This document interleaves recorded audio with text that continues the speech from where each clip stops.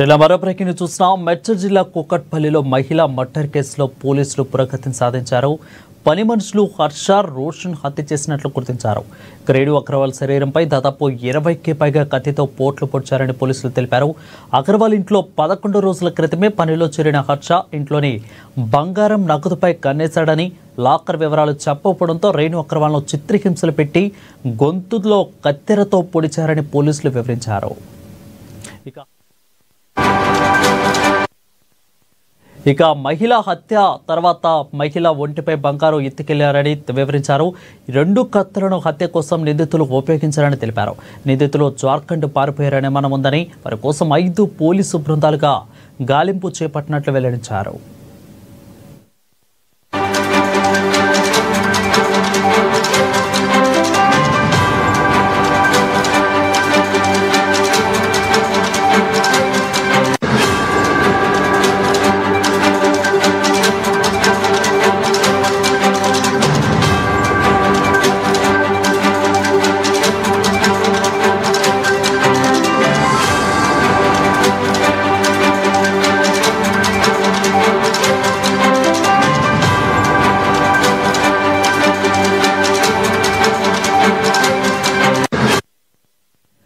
మేడ్చల్ జిల్లా కూకట్పల్లిలో మహిళా మర్డర్ కేసులో పోలీసులు పురోగతిని సాధించారు. పని మనుషులు హర్ష, రోషన్ హత్య చేసినట్లు గుర్తించారు. రేణు అగర్వాల్ శరీరంపై దాదాపు 20కి పైగా కత్తిపోట్లు పొడిచినట్లు పోలీసులు తెలిపారు.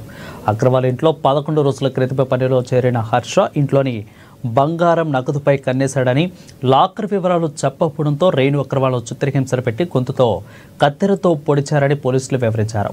ఇక హత్య తర్వాత మహిళ ఒంటిపై బంగారం ఎత్తుకెళ్లాడని వివరించారు. 2 కత్తులను హత్య కోసం నిందితులు ఉపయోగించారని తెలిపారు. నిందితులు జార్ఖండ్ పారిపోయారనే అనుమానం ఉందని, వారి కోసం 5 పోలీసు బృందాలుగా గాలింపు చర్యలు చేపట్టినట్లు వెల్లడించారు.